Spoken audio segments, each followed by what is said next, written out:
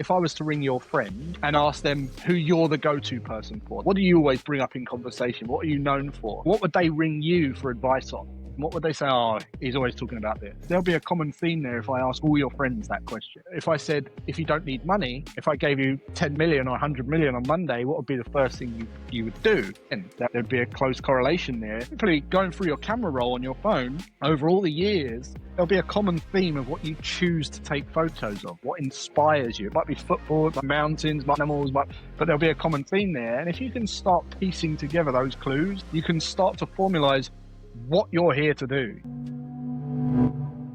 I grew up in a council estate, single parent, and when I grew up, there was kind of no aspirational peers around me, I guess. And with my dad had left before I was born.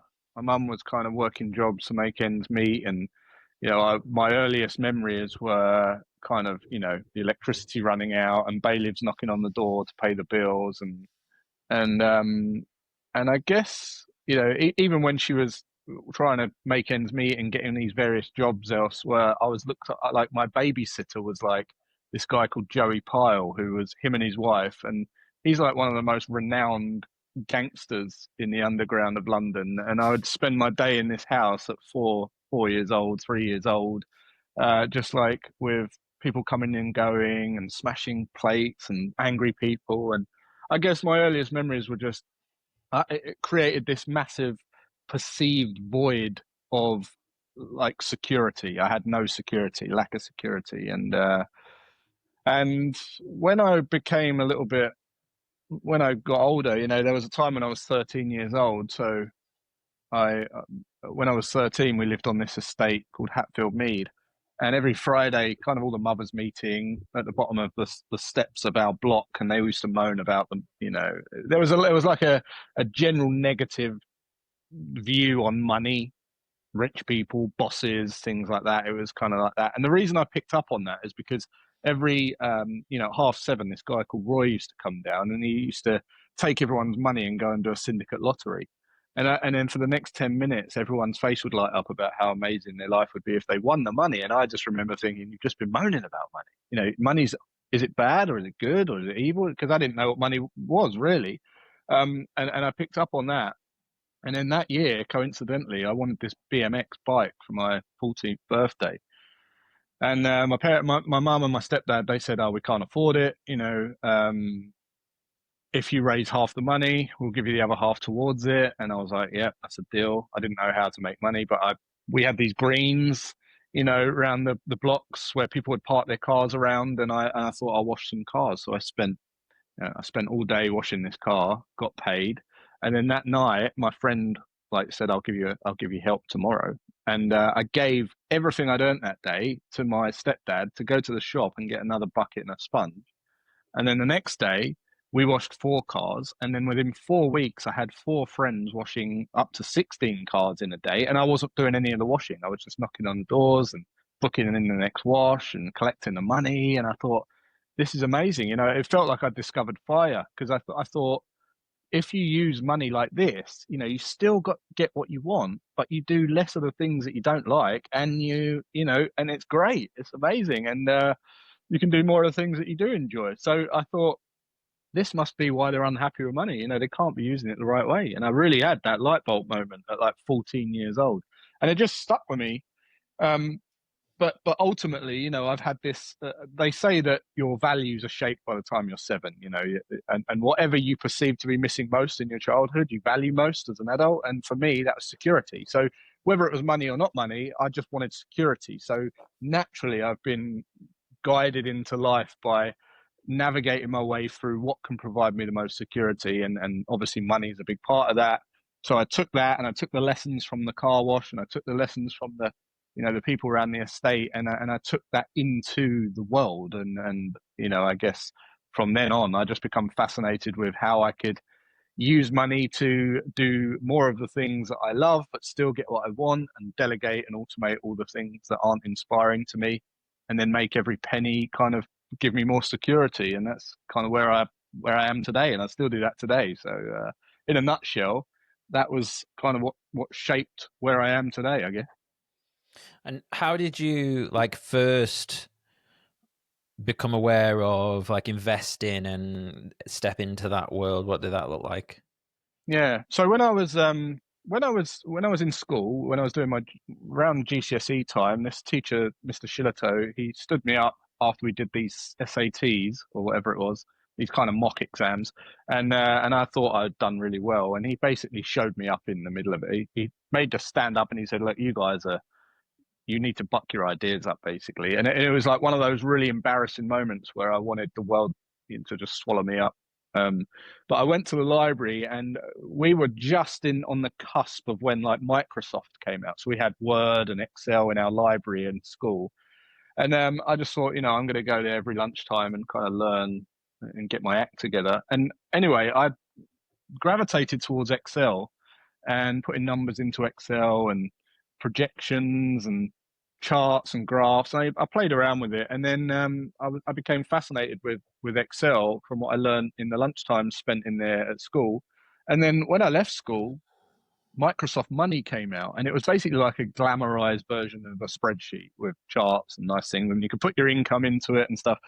And I did that. And because I had this drive to become financially independent, that was in me. Like it was innate. It was like something I wanted from a child, because I didn't want to have kids and then bring them into a world where they had what I had growing up and all this kind of stuff.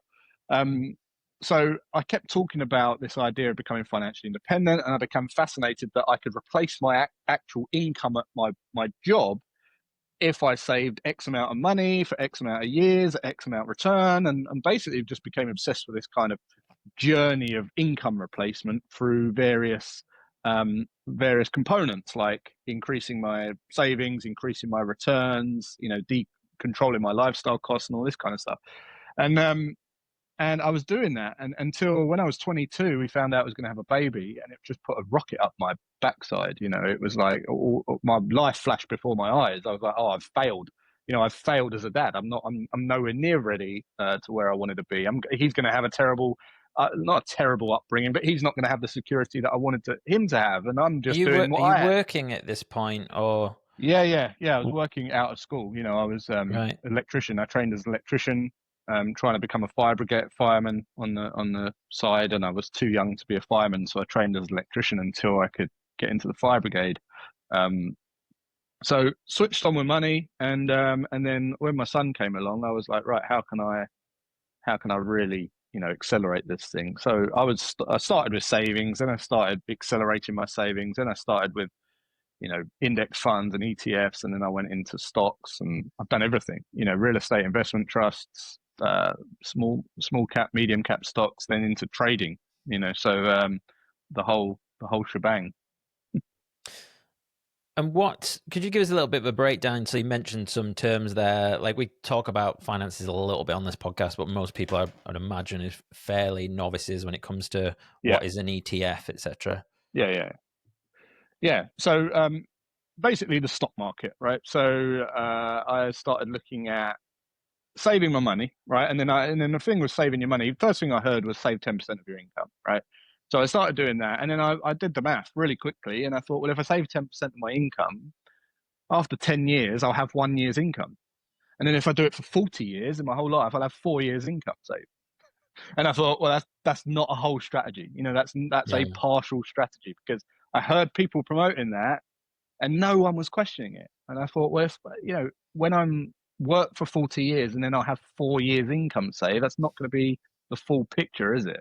And then I was looking at how I could grow that, basically. So how could I grow that more than 10% per year, say? And I started with index funds. So index funds are like a pool of a group of the best performing companies in a particular country, and then you own a sliver of each of those companies as a whole, so you're diversified against all different sectors, all different companies, all different markets. And the idea is that it outperforms most of what retail investors can perform at. And So it'd be like if the people just S&P in the yeah, the S&P UK. 500. Yeah, Yeah. so it's like the top 500 performing companies in the world. Um, and you put your money into that, and it grows at 10% per year, on average over the last, since inception. Mm-hmm. So 10%. And then it's like, well, how can I speed that up? And then you look at, and basically the better returns that you get in investing requires more skill, more knowledge, potentially more time. And I just slowly developed those skills. So it was like, okay, what's the next thing? Well, how can I increase it to 15% per year? And it was like, well, I need to know about stocks, large cap stocks, big stocks. So big stocks that are part of that S&P 500 fund. How can I take one of those and isolate some investments into that particular company? What do I need to know? And it was like, right, I need to understand the balance sheet, the income statement, the cash flow statement, and I need to understand qualitative and quantitative analysis so that I can form a story and be confident in that particular stock. And I would learn that. And then I would, I increase my average returns up to 15, 18% per year doing that. And then there was a period of time where I needed to really control my income. I needed to grow my income at more than 10% per year. And in doing that, I started a business so I could control my income. And, that was stressful because I started a business to pay myself as much money as possible to become financially free. And with that comes a lot of challenge. You need staff, you can't afford the staff, and you need a new manager and you can't afford the manager. And then everyone knows that you're on your way out. So the leadership kind of goes, and there was that kind of sinking ship and that's when I went into like trading. So higher speculation stuff. I went into online poker first, and then I spent about 6 months learning that, and then some options trading, and then I settled for like financial markets, forex markets, foreign exchange. After I blew about £40,000 learning lessons on becoming good at that, and then within a 3-year period from that point, I matched my current living costs from the whole portfolio. So I had, some passive low risk investments doing a certain return. And then I had some higher speculatives like large cap stocks and some medium cap stocks. And then they were performing even better. And I'd put a portion of money into them, and then they would be dividend yielding. And then I would look at real estate investment trust, which is a similar thing to the S&P 500, but in real estate, so in property. So you can own tiny pieces of property companies without actually buying a brick, and then I had my trading, my swing trading, and then by the time I was 29, I matched my income. My income that I needed to cover my lifestyle costs. It was actually a little bit less, but I thought if I can, radicalize my lifestyle costs for a bit, I won't have to work. So I did that. 29 years old, I was in that position, didn't need to actually go and work anymore. And and I've done that ever since, basically. And then I've just grown my income even more, because when you have free time to obviously ponder on what you want to do, you become way more creative, and you can create great things. Your head isn't in the sand thinking about emails and paying staff and all that kind of stuff. So yeah, that's where I am now. Do you think anyone can do this stuff? No. Anyone can become financially free. It's just like losing weight. You burn you burn more calories than you consume. Well, with wealth building, financial freedom, you spend less than you earn, and you invest a surplus, and you will become financially free. There's a mathematical impossibility not to, if you do those things. How quickly you can do it, and how you can do it directionally correct without having setbacks and losses and stupid mistakes, that is another thing altogether. And then not everyone can trade. Most people shouldn't go into trading. Most people, if you've got a logical mind, process oriented, you're maybe an IT engineer, military, even someone who can take orders and are very binary thinking, and they know if they do ABC, they get XYZ, and they just focus on that. They enjoy the markets. They've got half a chance at trading. Most of the people that I see can't do it. Other than those people, there's a really common theme. So anyone can become financially free. Anyone can do all of the other stuff. Trading, you need to be in that kind of archetype, if you like.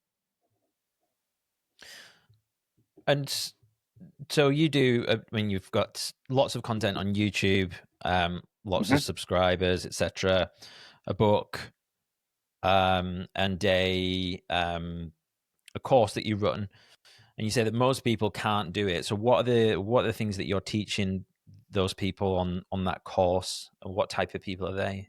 Yeah, over the years, I've developed various programs. You know, I had a Tears of Freedom program, which is like a full comprehensive wealth creation program designed to get you to financial independence in 18 months and financial freedom in 3 to 5 years. And that is everything from mindset to, you know, planning and structuring your day, structuring your personal finance to passive investing to semi-passive investing to, you know, to lifestyle growth, income growth.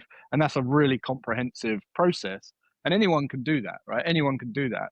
What people can't do is learn to trade. So we separated those two things because we knew that most people shouldn't be trading. And when you know when you learn to trade, you're basically learning the technicals. You're learning, you know, price action and charting and technical analysis and, you know, brokers and order flow and all this kind of stuff, which is that's a skill in itself. You know, it's a bit like if you're going to go and learn skateboarding, you're going to geek out on bearings and wheels, or if you're a guitarist, you know, you're learning scales and chords and progressions and fretboards and all that kind of stuff. That's a real isolated skill that you need to be sure that you need to go and learn. So we separated those two things. But the wealth creation side, anyone can set. You know, really, it's about having wealth high on your values, because the reason most people aren't financially free is because they prioritize and value other things more. So they think they don't, but they do, because wealth is you don't manage money once you get a certain amount of money. What you do is you get a certain amount of money as a result, as a byproduct of managing your money. So it's not like if you suddenly come into this big windfall, you're going to be a master at managing your money. In fact, I work with celebrities who have been on TV. I'm working with boy bands now who literally have got nothing. And you know, you look at them, put them on a pedestal, and you think you've earned all this money. They've got nothing, you know, and they've bought no asset. They've got no income. And people can have all the money in the world, but they just won't build freedom. They won't build wealth with it unless they value that and truly value that.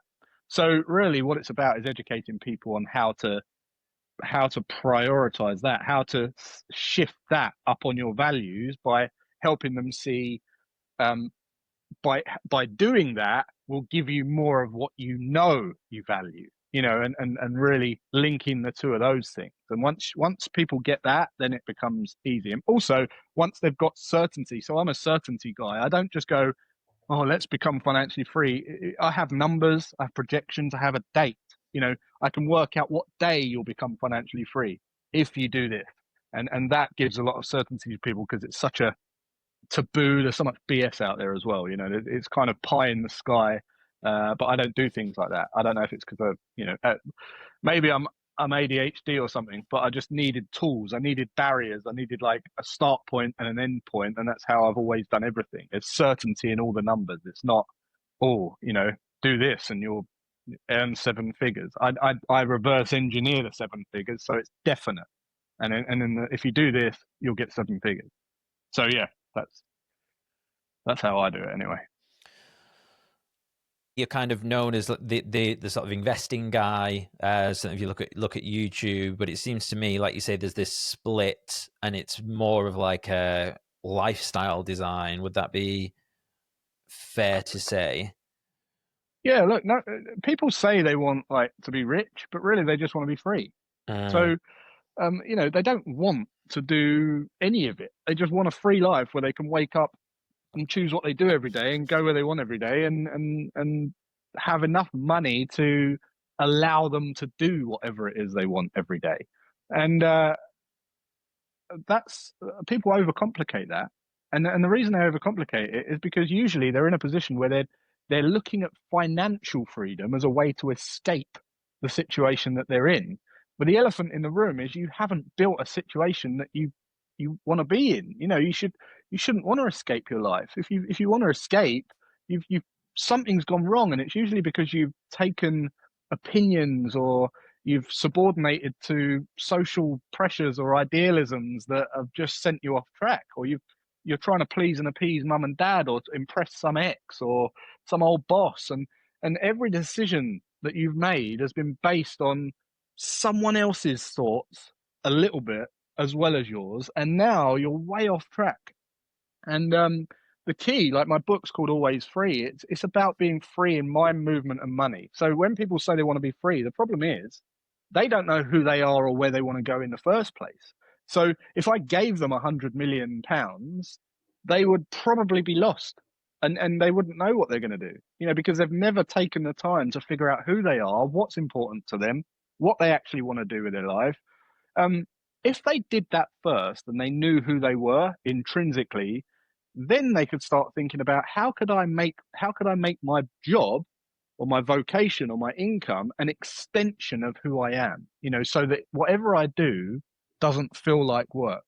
So the sector or the niche that you go into needs to be highly correlated to something within your purpose, and then once you do that, it's about optimizing your time so that you're not like I did on the car wash, right? You're not doing all the uninspiring stuff, you're doing the inspiring stuff, and 80% of your time is spent doing that, so that at that point you don't really think about things like retirement, or I need to get away, or I need a holiday, or you just don't, so that's the most important thing. It's way easier to create that than it is to chase financial freedom and actually trying to escape quick. You're much better to try and optimize your life. The world we live in today, you can monetize anything, you can talk about anything and make money. So I was just talking to someone earlier, and they actually do coaching of some sort, but every time they speak to me about house and home, or making cakes and things like that, or looking after their home, or decorating, they come alive, and I guarantee they would be way more successful talking about that stuff than they would doing the coaching stuff. And you can make money doing that. So I guess what I'm trying to say is people seek financial freedom to escape a life that they've built inefficiently or incorrectly. Optimize that, go and fix that before you think about financial freedom, because the financial freedom element is just how much time you can buy into the future, should you need to, if you need to stop, if you have an injury, or you need to take care of a loved one. But for me, like I don't have any goals, I don't have any aspirations, and I just want to live every day like today. And I never want to stop. I want to wake up and think about things to create, and go and help people, serve people, and share stuff online. You can tell I don't stop, right? I just energized when I talk about this stuff, and I'll do that for the rest of my days. And I don't want to stop that. I don't want to retire or go and I need a holiday and all that kind of stuff. So it's I say that while I'm sitting in Ibiza, but yeah, this is just somewhere where we came because we thought, let's go there. But yeah, I think that's the answer. I want people to stop chasing financial freedom. I want them to perform their way into their ideal life, rather than like make sacrifices and kind of look at it like this struggle or grind. I don't like that. Life shouldn't be like that. Where did you learn that approach or philosophy, in terms of, it seems to me like you really wanting people to sort of like let go of that control element and be more relaxed in it? It doesn't seem like something that would come very natural. Um, I mean, over the years, I've look. I spent a long time when I didn't need to actively go and work in a job anymore, and I was free to choose how I spent my time. I spent a bit of time just networking with entrepreneurs. I went out. I had to get out the house. I was basically putting on a bit of weight and became an awesome guitarist, but it was a little bit lonely sat at home, every day. So I started networking, and over a few years that I did that, I met people who were born into wealth. They had loads of money. They had all the money. They could do whatever they want, wherever they want, go wherever they want, and yet they were like addicted to drugs. And the reason they were addicted to drugs, quite clearly to me, was because they had no sense of purpose or meaning or fulfillment. They didn't know who they were, right? So they're just unanchored, floating around, lost. So that wasn't freedom. Money wasn't freedom. And then on the other table, I'd see people who were raking money in, like entrepreneurs doing 100 grand, 300 grand a month, a million a month, 12 million business, and they had no money. And the reason they had no money is because they were great. They had built such an inefficient asset that they were on this hamster wheel where they had to keep making that, and they were stressed. So they were great at their job, but they were terrible at making money and managing money. Making money and managing money is two totally separate studies. One gives you freedom, and one, brings in your income. It's completely separate.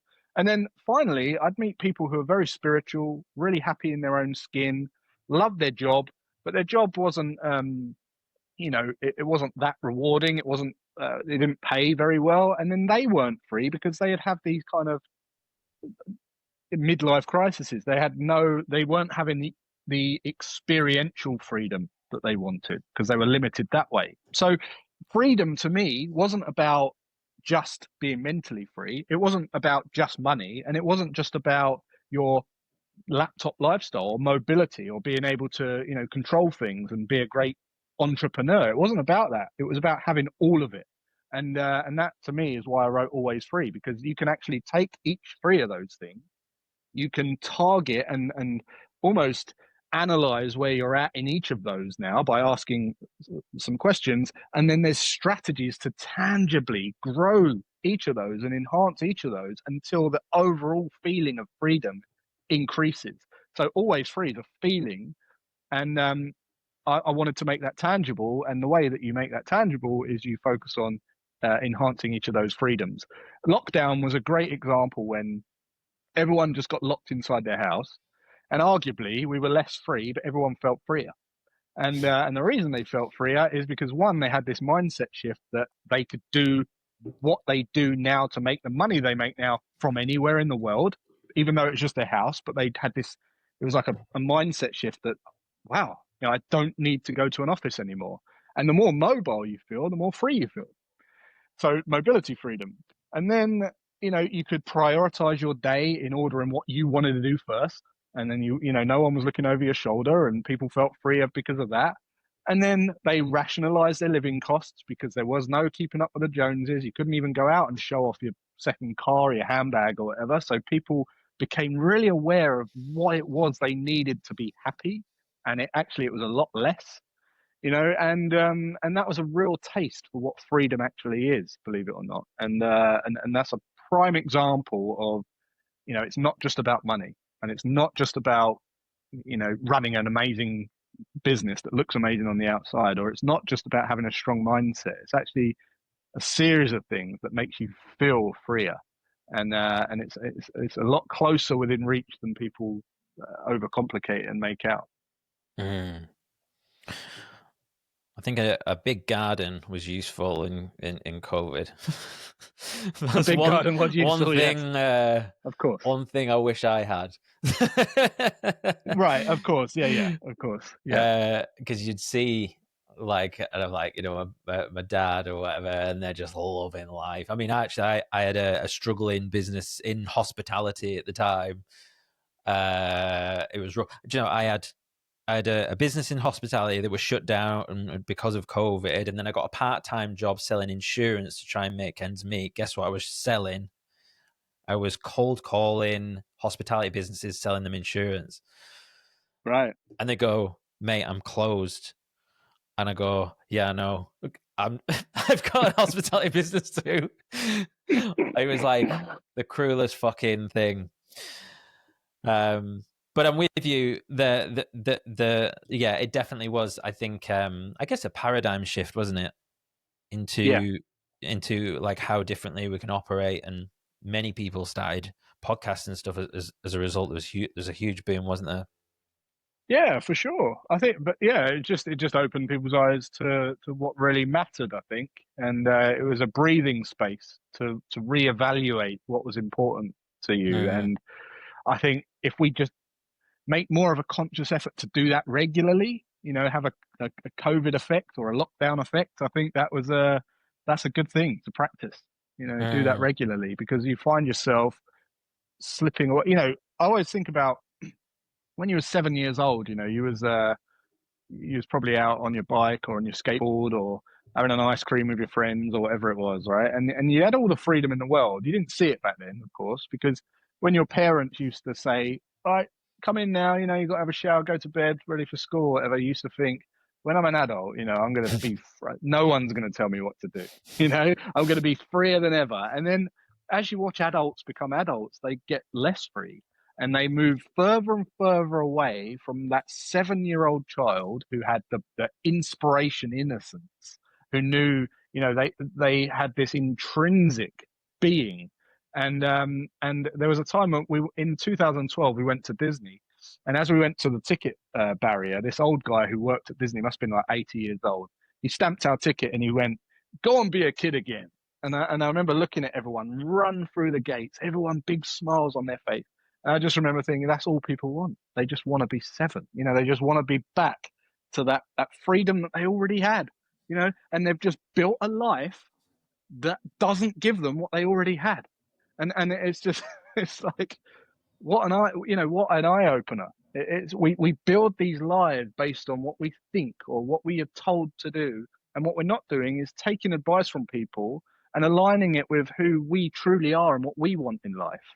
Someone who telling you to do something might not have the life that you want, or even have the results that you want in something. And it means nothing to you, but you're just playing along, going along, doing the sales funnel, the tripwire, the whatever it is, the email marketing and social media and all this kind of stuff. Why are you doing it? Why are you doing it? That's the important thing. And I think everyone is trying, or the majority of people try and create live. They're lost. They're creating a life just going with a flow. And they don't actually want that. I see at the moment. There's a big movement with independent women and all this kind of stuff, right? And my wife's there like, women are shooting themselves in the foot, because I love tradition and I want a man to be able to do things for me and do that, and I'm okay with that, right? But now it's like we're in too deep, and we've got to kind of go with the narrative that women are in, can do whatever. Yes, of course, women can be independent. Of course, they can do what they want. But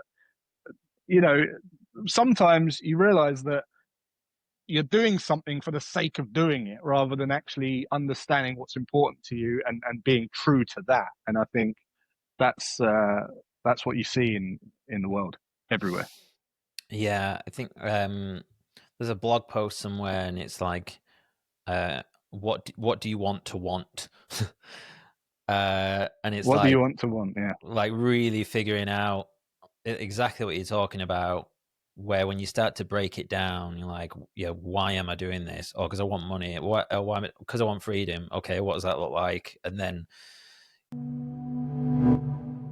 if you're anything like me, you're probably good at starting habits, but fail to stick to them over the long term. There's probably one or two, whether that be going to the gym or taking the dog for a walk, but struggle to maintain others around career, relationship, or life goals. If you're a long-term listener of the podcast, this won't be the first time you've heard me talk about habits and leveraging public accountability. That's why I created Indiip, the tool that helps you build healthy habits and stick to them. After creating your free account, you'll be given your own personal public profile link, which you can share with your friends, your family, coach, or followers. And when someone clicks that link, you'll be given a real-time notification that someone is watching your habits. I can't tell you how much of a motivator it is when you're stuck in a procrastination cycle and this little eyeball pops up with a number next to it. My productivity has gone through the roof since I started using it. It's that effective. Luckily for you, I'm giving away 100 free VIP months to my podcast listeners. There's no credit card required. Head to indiip.com/podcast. That's deep with 2 I's, indiip.com/podcast,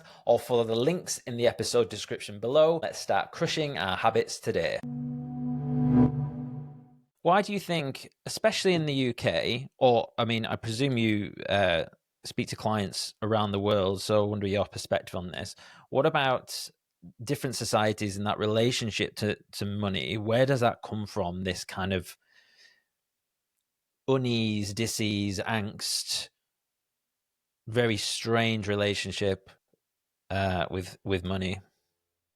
Yeah, I guess going back to what I said earlier, I think your values are shaped by your perceived voids, and a lot of that stuff that you carry around with you through life comes from your beliefs that you or events that have happened that you've labeled negatively as a kid, like your parents arguing over money, or someone telling you that money was the root of all evil and it doesn't grow on trees and all that kind of stuff, or we can't afford this, we can't afford that, or that's a rip-off, that's a rip-off. That kind of language can lead you to have deep set beliefs that that is what money is.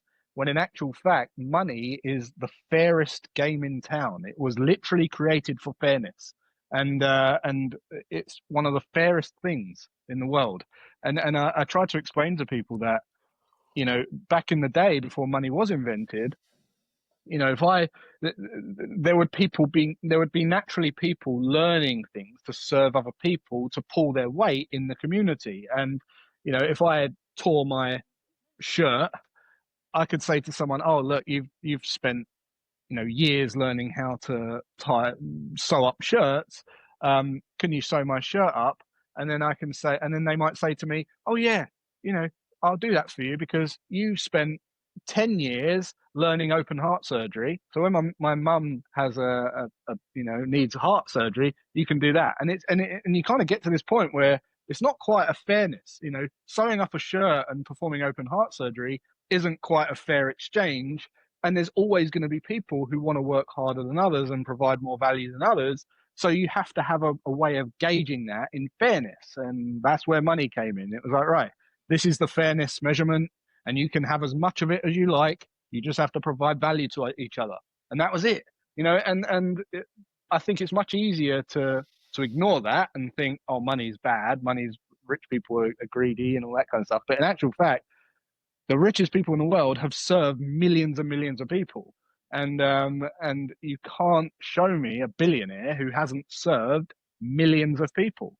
Um, so it's looking at money a different way and seeing it for what it is, and not holding on. Or if it was a divorce, if it was a bad argument or whatever, what were the benefits that came out of that? Because you saw it as a bad event, but actually it was just an event, and there'll be equal upsides to that event happening.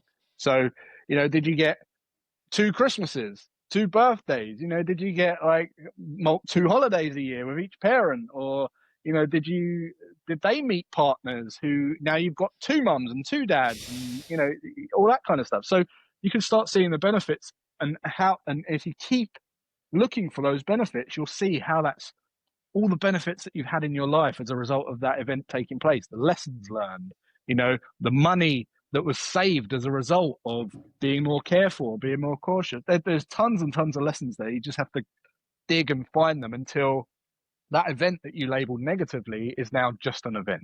It was just something that happened, and there was equal upsides and downsides. And if you can do that, you can clear away all that stuff in your past that's stopping you from going to make as much money as you possibly can. Interesting. It's funny because I've always thought of myself as like pretty good relationship with money, and then just lately I'm kind of like re-examining it a little bit and kind of uncovering some stuff, and I'm like, actually, maybe I've got like a terrible relationship with money. And I was thinking about then, I couldn't help reflect when you said about upbringing. I'm kind of, and I've got like mother's side, working class Irish immigrants, gypsies, dad's side, and I just did my ancestry recently as well, so I've gone back really far. Oh, right. Cool. Fascinating. And dad's side ends up going to like Swedish aristocracy, very conservative, with money and stuff, and it's like, but then divorced, right? So then we have two conflicting sides of the coin, no pun intended. That was where you have two totally different value sets. And I guess I suppose when your parents are together as well, it probably merges those things. So you have a little bit more cohesiveness as to, okay, this is how we manage money, this is how we think about it. But when you've kind of got, no, we're liberal, we do this, we give all our money away, we'll kind of like skint forever. And then we've got the other side, which is like, we're conservative, we hold on to it, we save, we invest. Yeah, There's a good it's balance there though, because you need both of it, right? So mm-hmm. like I'm out here on my anniversary after 16 years, 22 years together, and we're complete opposites. You know, I'm not a believer in power couples. I think a power couple is a couple that is opposite, and you support the weaknesses of the other person so that you've got this solid relationship. You know, and it's very hard for me not to believe that now because, as I say, I've been with we've got a phenomenal relationship, phenomenal marriage, and you know we've been together so long now that it's just as great. It's much better today than it was then, and it's because she has no interest in money. In fact, she has negative. If I say something about going to make some money or do something, she'll go, "Have you thought about this? Have you thought about that?" And what a lot of people would do is they go, "Oh, you know, I'm going to break up my wife because she's negative towards my dream. She's holding me back." Actually, I appreciate it because she's making me see things or question things to ground me.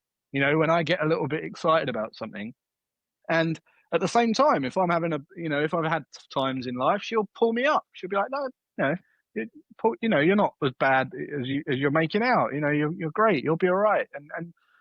And she looks after the home and the house. She's empathetic and she loves animals and she loves the kids and she has conversations with our kids that I feel uncomfortable having. And she's made me more comfortable having those conversations. And I've made her more sensible about money and raise her standards around living. And you know, it's just a great combination. So I think there's merit for that. You know, I think it's great, good and bad, yin and yang. You know. Are you familiar with Dr. Robert Glover by any Robert chance? Glover, no, it doesn't ring any bells. Yeah, he's like a huge author, and he came on the show once, and he talked about polarity Yep, being so yep, important in relationships, and that's kind of what you're tapping into there, like the yin yang. You need both, because if you're both charging towards the same thing, it's kind of like there's no balance there, is there? that's it. Polarity is there's a book called The Kabbalion, which I recommend everyone reads, and it's the seven laws of the universe, and polarity is one of them. You know, you can't. There are polar opposites to everything, and you know, balance is in the middle.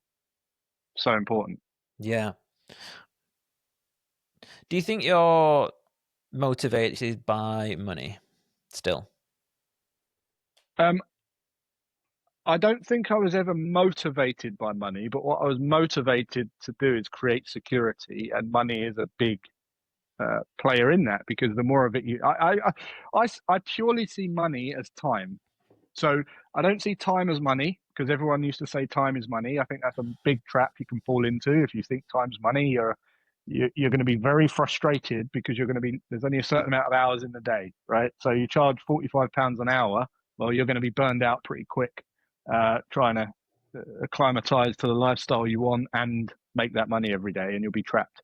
So for me, it's about how much time money can buy me into the future. So I look at my living costs and living costs of a life that I truly want and love, not buying the Ferrari because someone else likes Ferraris or being a slave to someone else who wears flash watches or whatever, making sure that I've got what I want, working out what that costs, and then seeing money as how much of that can I buy? You know, how many years, how many months, how many decades can I buy based on the amount of capital that I've got and how I've got it working for me so that it doesn't disintegrate and die. And that to me is looking at money as time, as a security. And that's basically how I see it. I see making money, putting it into a security, and then making that thing work so that it can buy as much time as possible. You got many testimonials on your website. What are some of your most memorable sort of transformations? Um, Well, I mean, for people, I think. I mean, there's been so many. I mean, people have had tattoos of my logo Really? on them.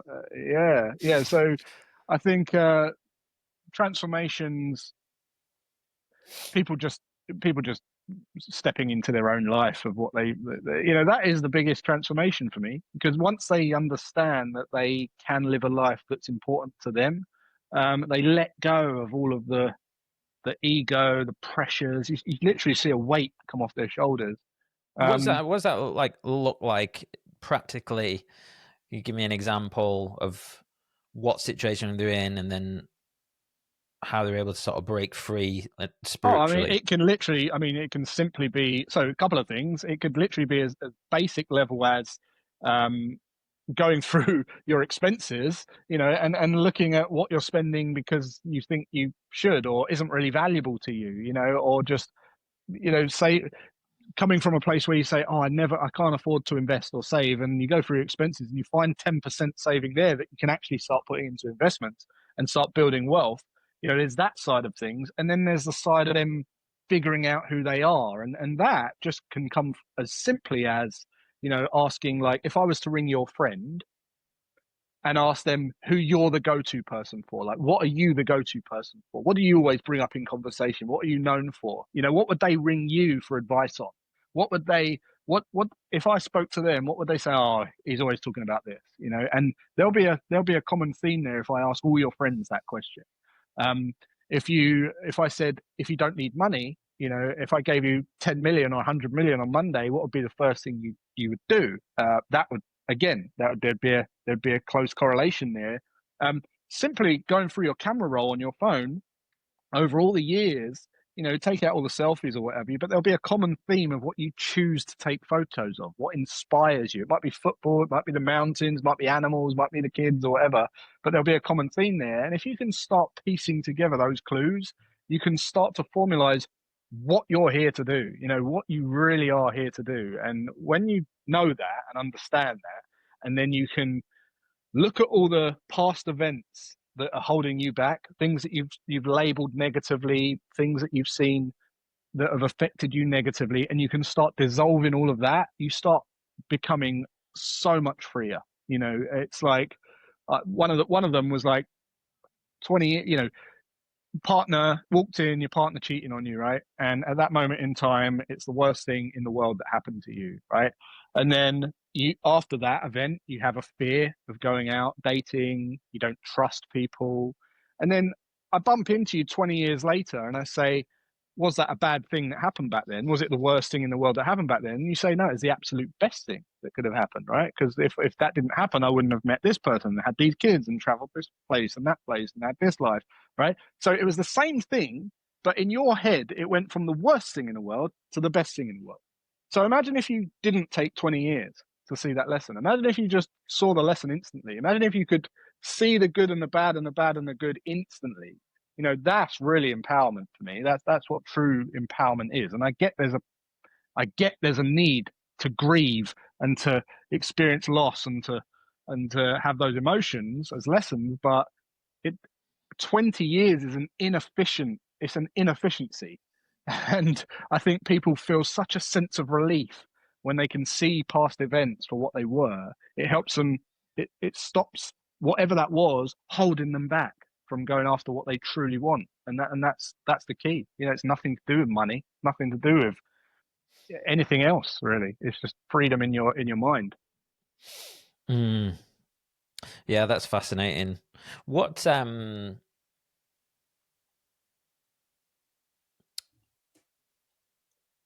which clients don't work out? Yeah. Which clients don't work out? See, I don't really work like particularly with clients. I run some educational programs and stuff. I don't do too much one on one. So I don't, you know, there's probably a handful of people that I work with one on one, and clients that don't work out, people that well, in trading, it's easy. So if you want to be a trader, you need to have a logical mind, right? So if you're away with the fairies, or you're you think you can blow the screen and it'll move, those types of people, they're not cut out for trading, right? So they should not do trading, or not try their hand at it whatsoever. So trading aside, other people who don't work out are people that just it's really difficult, and it's nothing to do with them. It's probably me saying, I can't work with you anymore. I can't bother, because it is, you tell them to do something and they agree with you, but they do the opposite, or they do something completely opposite. And after a while, there's only so many times you can really, you can exhaust your knowledge, you can exhaust your expertise or your experience or whatever, and they're still not doing it.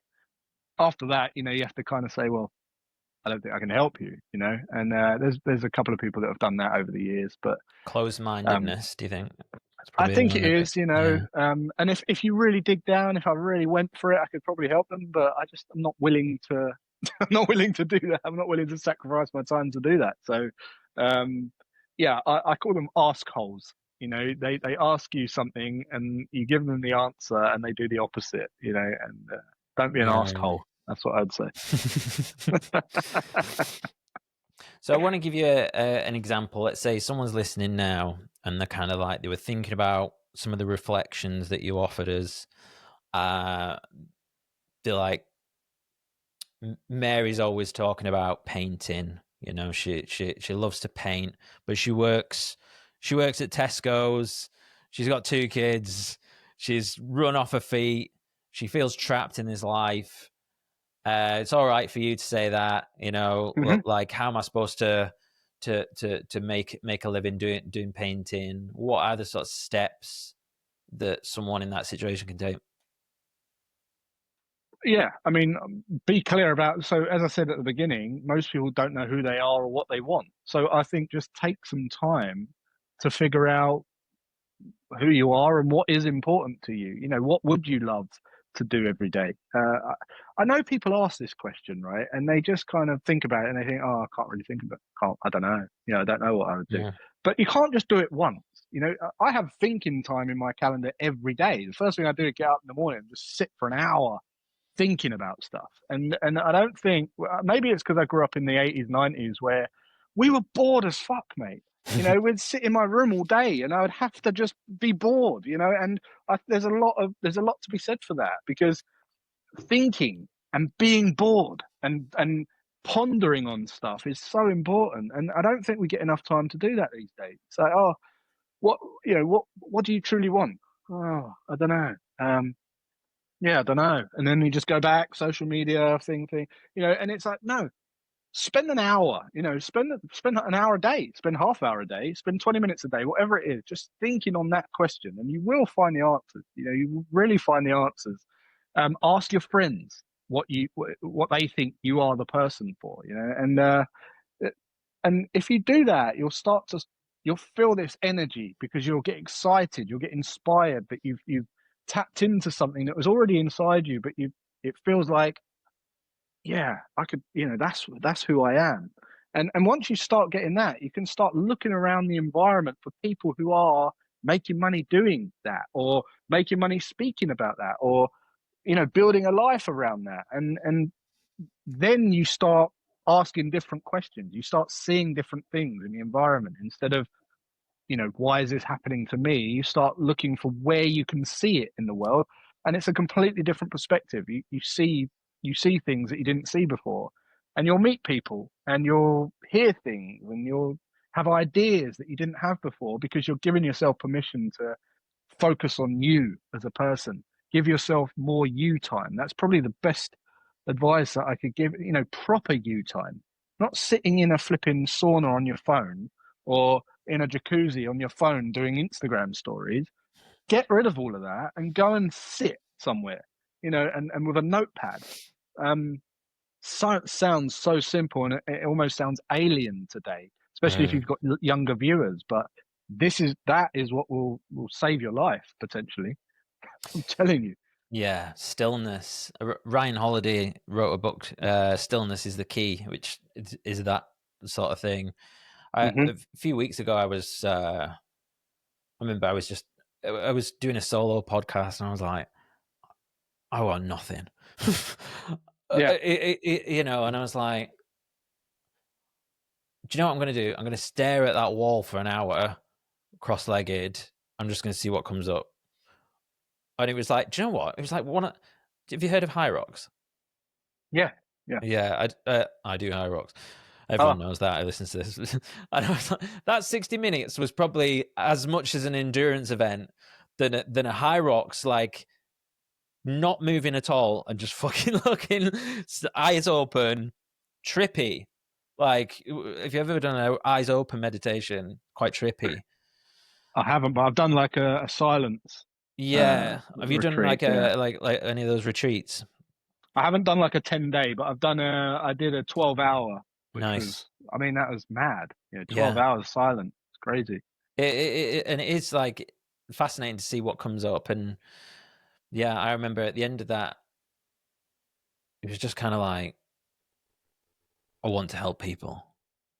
Exactly. It's That's what noisier kind of arose. than it's noisier than not being silent. That's how I found it. It was like so much by the end of it was kind of like when you get feedback on a microphone and it starts feeding back, and by the end of the day, it's loud in your brain, and it's like you just can't wait to start writing stuff down and start implementing what's come to mind. It's Mm-hmm. crazy.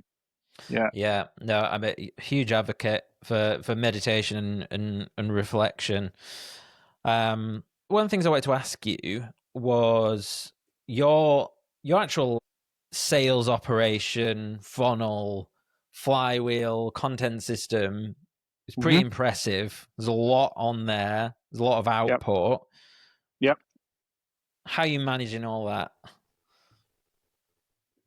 Um, yeah, so the way that I've built businesses is through not creating a job or a business for myself to be a slave to again. I basically came out and started sharing stuff online for free because I thought it was valuable. And as a result of doing that, I've had lots of people over the years going, "Can you teach me more? Can you do this? Can you do that?" You know, so we've put together programs and customer journeys that help them get an outcome, but in a way that doesn't sacrifice, you know, my time or my freedom, because that would be incongruent, first of all. But second of all, I don't want to do that, right? So the way that we've created businesses is we've given everything away for free online. So I teach, you know, I've got 3 hour YouTube video tutorials and 2 hour, 2.5 hour YouTube tutorials, and I share everything. And what we realized is the more people spend time with you, the more they want to pay you because the more they trust you, right? So instead of creating a business where we put out loads of social media, what, you know, the what and the why, but not the how, we just give everything away. And as a result in doing that, we get people drawn to us because they believe, because basically you lower the barrier, which means you don't need salespeople. We've never placed an advert ever. We've never had, you know, I don't have any salespeople or anything like that. So what you want to build is like, do you remember the Lemmings, the computer game? Mm-hmm. I don't know if you might be a bit younger than me, but they used to drop in from the sky, and you used to basically just have to build this nice ramp, Yeah, yeah. smooth ramp with no obstacles, so that they could get to the exit. So the way that I built a business was, well, let's just give everything away for free, and then if they do want to pay, then they can have this very low cost thing that they get so much value from because they're getting even more value, and then they sell themselves on the next thing, which is a little bit more expensive, and then a little bit more expensive, and then a membership. And in doing that, and building the back end so that they've got that customer journey, which requires no team, they get so much value that they sell themselves on it, and they are raving fans by the end of it. So we, instead of trying to sell this high ticket thing, which I think is where a lot of they give bits away online, and then they go, right, we'll teach you how, and then they spend money on sales teams to like try and lift them over this big fence and spend this and make decisions and talk to the decision makers and all that kind of stuff. And for me, it's just like, well, if you want 20 grand for your service, why don't you just split it over a ramp that is 15 products? And the first product's 50 quid. You know, and the second product's 300 quid. And the next product's 800 quid. and the next product's 1,000, and the next product's 2,000, next product's 5,000. And you've got this product ecosystem that they're just naturally becoming more and more of a raving fan, that they just want to be like the top person in your thing. They're not going to look anywhere else. They just sell themselves on the thing. And that's exactly what we did. That's exactly what we did. We just built these efficient journeys for them to get out, like outcome focused, so that they get the outcomes that they want. And we just the we give everything away on YouTube, and then they just watch that, get so much value, and they drop in the thing. Do you think it's more about connection and community than the actual learning almost? Like, because like you say, if you're giving away everything on YouTube, Yeah, technically someone could put it all together themselves probably, but yeah. it's like they get more from the community and getting closer to you. So they just That's kind of, they end up, I guess, what, almost like an evangelist, or just like, I'm just so bought into it, literally and spiritually, that yeah, that's the only direction it would go. look, everything like ChatGPT is much better at creating financial freedom than me. You know, ChatGPT is a much better investor than me, and a trader, and much better everything than me. Mm. But so if all the information is there anyway, why are you hiding information? Like, just share it, just give it away, because you're going to drop the barrier when people believe that you're the person that can help them, and they trust you because you've had the experiences, and all they want is implementation. They want you to help implement, because that's why people don't do it. That's why people have fitness coaches and personal trainers. The reason you're paying for the fitness trainer is because you just won't actually do the work. So what you realize, people just want to pay for, like, no one wants to learn anything. They just want the outcome. They want the result. So if you can, if they believe that by working with you will help them quickly implement a result because of accountability, maybe a community, maybe just you sense checking their ideas and going, yes, do this, don't do this, and checking their homework kind of thing, that is enough. And that's what they'll pay for. So all you need to do is show them that you're the one that they can trust. And you do that by not hiding anything on social media. You just give everything away because they're going to find it anyway. Mm. Yeah, I think that's so true. Like you say, where now knowledge used to be so valuable. Obviously, it is valuable, but it used to be so much more prized. And now, like you say, GPT can pretty much beat everyone. Yeah. Yeah, I think it's a good thing to deploy. How do you feel about AI? Have you got any thoughts about how this is all going to play out? Oh God, I mean, that's a massive podcast in itself, but yeah, I love it. And as long as you're embracing it and you're using it conducively to who you want to be or what you want to do, I don't think people are saying, "Oh, jobs are becoming obsolete." Well, they're not. If you make your team, or you are on top of AI, you can actually become a very, very valuable person. I'll give an example. Like, we were paying a coder to code some tools for us, about 60 grand a year. And it would take probably, a year to develop a really, really good platform or a good tool that we wanted to use. And that'd be a 60 grand tool, right? Now we've got AI vibe coding and Replit and things like that, where you can create tools.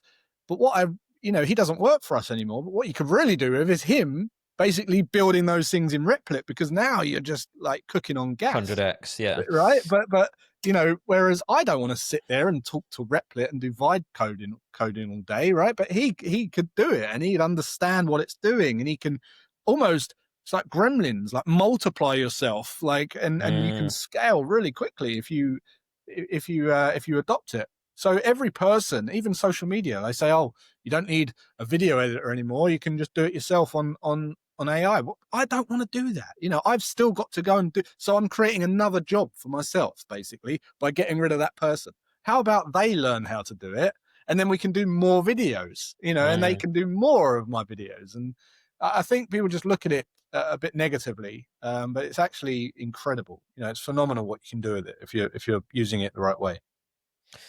Yeah, I think even if even if it does go that way and people start to, you know, sack people or whatever and start to use everything through AI, I wonder if you'll end up with just like a bit of a boomerang where people go, oh shit, but like I've got no team around me. All I'm doing is talking to AIs all day. There's no collaboration with real humans. It kind of comes back to what we were saying before, where, you know, we want connection. We want to be part of a community. Yeah. I do think that there'll be like lots of 3-person teams creating multiple businesses and products at once. So I think that's probably what we'll see more of. I know a lot of entrepreneurs who are now, because of AI, they've got a great team of like 3 people, and they're now, because they've got free time, because AI saves a lot of their time, they can now create multiple businesses. So I'm seeing that a lot. Yeah. So you mentioned you didn't have any goals. What are you excited about? Is there anything you got on the horizon? I did. Obviously, I did have goals, right? But I don't have goals now. So when I say I don't have goals, I'm not striving for anything. I'm not like, you know, I've achieved everything I want, and if I could just live every day like this, it'd be amazing. And I've really just got a mission now, and that's to share stuff like this, share my views, share my thoughts, share what I think's important. That's why I wrote my book. And obviously, I wrote the book, and then that went to #1 international bestseller in 7 countries, 4 different 7 categories, 4 countries.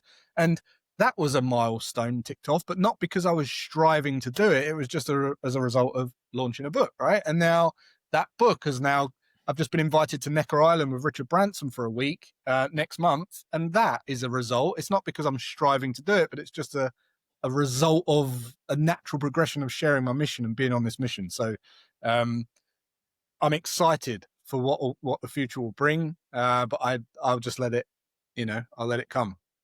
Wow. Richard Branson. So come on, we can't just skim over that. So how did that happen? So I wrote a book, launched a book. Daniel Priestley is a great friend of mine. He's been recently on a lot of like Diary of CEO. I think he's been on like 6 times. And he's always on there. Right. Yeah. So he Noah, who's Richard's nephew, reached out to him and said, I'd love you to come. Do you know any kind of, I think the words were like, bring your most kind of impactful entrepreneurs in your group. And Dan rang me and he was like, I'd love you to come. So he invited me. So yeah, we're going out. There's 20 of us going out on the 6th of October, and who knows what that'll bring, another load of opportunities that are going to be incredible, no doubt. That's amazing. We'll start to wrap things up now. Thank you for this.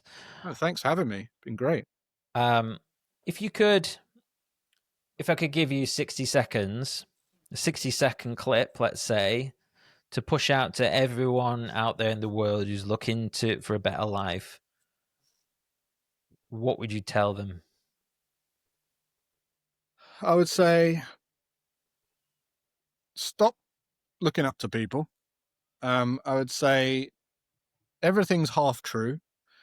And I would say that the most important thing you can do is figure out who you are as a person and what you want in this life, wherever you're at, whether you're middle-aged or 20 or 50 or whatever. Whatever's happened to you up till now is great. Are you where you want to be? Are you content? And what does content look like for you? And once you figure out what that is, then you need to get motivated in moving more into doing the things that you enjoy and managing your money in a way that buys you time freedom, and just have that on your conscious awareness, because so many people now are going through the motions of doing what they think they should be doing, and they're losing sight of what is really important to them. And for a lot of people, it's just a time to be a bit selfish and just go, look, I've listened to people all my life.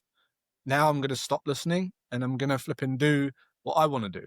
And when you can start doing that, you'll feel freer. You'll feel better. You'll be who you want to be. And when you're doing things that are meaningful to you, you become a better human. You come from a place of love, care, service.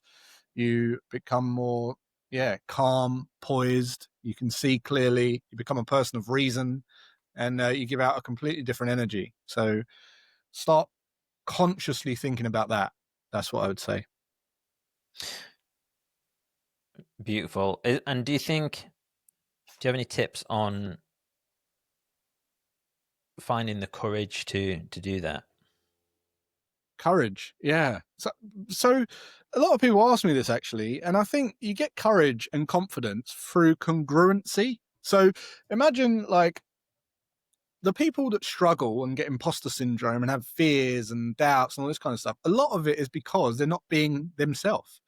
So imagine you had a camera in your house and it was live streaming on all the social media platforms 24/7, right? Are there things, aside from intimate, private things, are there things that you wouldn't want the world to see? In other words, are you saying one thing behind closed doors and doing another? Are you talking about someone?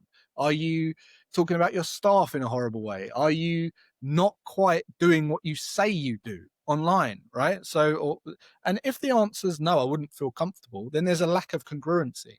There's a lack of congruency there. And that is why you've got fear. That's why you've got this resistance in sharing stuff. That's why you've got imposter syndrome. That's why you've got a fear, right? If you're talking about all the stuff that you love, if my wife was to talk about animals and insects and birds all day, she would have all the confidence in the world because she loves it. She is it.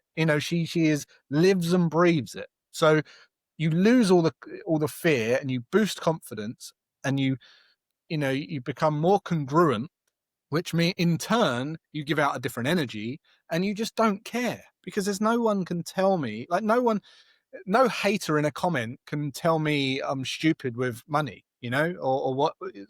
I just won't see that. It doesn't matter. It's not in my environment. It doesn't matter to me. Whereas if you're lying about something, or if you're incongruent about something and someone says something, you're going to go, oh, that hurt. All haters hurt because it's true, whatever they say. That's why it hurts. If it wasn't true, it wouldn't hurt. So there's a lot to be said for listening out to that mechanism in you that gets triggered, and congruency is the way. So it all goes back to being who you want to be. When you are who you say you are and do what you want to do, you've got all the confidence in the world. Yeah, that's cool, mate. There's been a few nice little prompts and reflections and stuff, and I like that one at the end, the big brother fucking camera. Yeah, wanking all day. Sorry, elephant in the room. Thank you so much. Where should people go if they want to check out more about your work and what you do? Yeah, if you've enjoyed anything I've said, I'd just recommend you go to alwaysfree.com. That's where you can go and listen to my podcast, which is called Always Free. And if you start episode 1, you'll get the most value listening to it in order, even if it's the first 10, 20 episodes. Love it. And I'll link everything up in the show notes so people can check that out in their own time. Awesome. Thank you, mate. This has been fun. Appreciate your time. It's been fascinating hearing your story, and I do really sort of admire the attitude that you have around this stuff, and it's certainly energizing, and just listening to you talk about this stuff. So thank you.